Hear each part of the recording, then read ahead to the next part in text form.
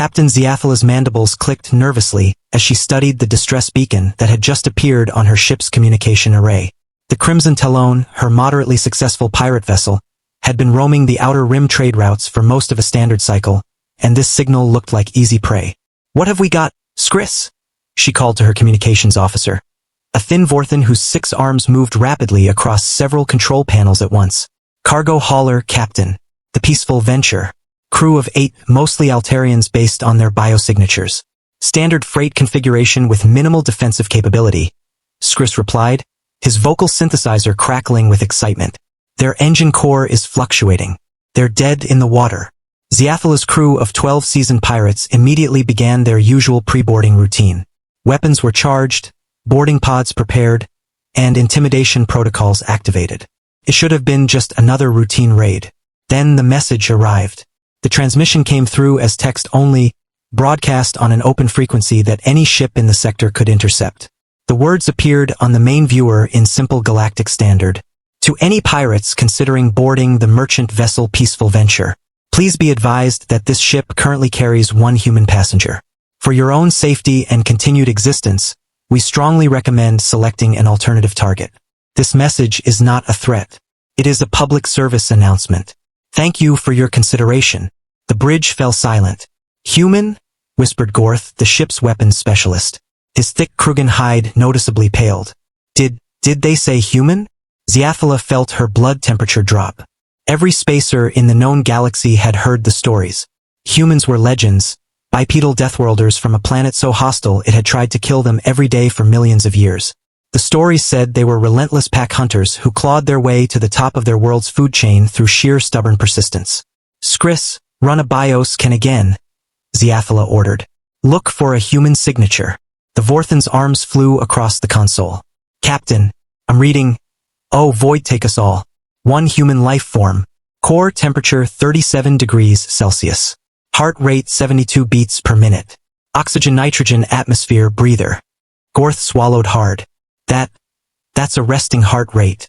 It's not even excited. First Officer Krail, a battle-scarred Zenturan who had survived 3 fleet engagements and 2 prison breaks, slowly stepped away from the weapons console. "Captain, maybe we should listen to the message," he said quietly. "I've heard things." "What kind of things?" Zeathala demanded, though doubt was already creeping into her mind. "I heard about the Bloodfang Consortium," Krail said. 50-ship Armada. They tried to raid a human colony transport 3 cycles ago. There was only 1 human on board. Just 1. The bridge crew leaned closer. "They found the Bloodfang flagship drifting 2 days later," Krail continued. "Life support working, ship intact, but the entire crew was gone. Security footage showed 1 human, looked like a maintenance worker, not even military, systematically hunting down 50 of the most dangerous pirates in the sector. Used nothing but improvised weapons and the ship's own systems." Uneasy glances spread across the bridge. "That's just a story," Zeathala said, though her voice lacked confidence. Another message appeared on the screen. "Additional information. The human passenger is currently playing something called solitaire in the main passenger lounge and appears to be in good spirits. We are not holding them against their will. They are simply traveling to Kepler Station for what they describe as a vacation. We strongly recommend you select a different target." Skris cleared his throat nervously. "Captain, I'm also picking up chatter from nearby ships. The merchant vessel has been broadcasting this warning for the past hour. 3 other pirate crews have already changed course." "3?" Zeathala asked. "Who?" "The Iron Reapers, the Stellar Corsairs, and..." Skris paused, checking his readings again. "The Death's Head Squadron." Zeathala's hearts nearly stopped. The Death's Head Squadron was legendary, a crew of Krogan warriors who had never backed down from a fight. A new transmission appeared, this time with video. An Altarian cargo captain appeared on screen, his feathers ruffled with obvious concern. "Please," the captain said urgently. "We're not trying to trick you. We genuinely have a human aboard. They're very nice. Brought us something called coffee and taught our engineer a card game. But we've all heard the stories. If you attack us, they'll probably try to help." His voice trailed off. In the background, a figure sat casually at a table. The human looked completely ordinary, wearing simple clothes and calmly arranging small rectangular cards. The human glanced up, noticed the recording, and gave a friendly wave before returning to the game. It looks normal, Gorth whispered.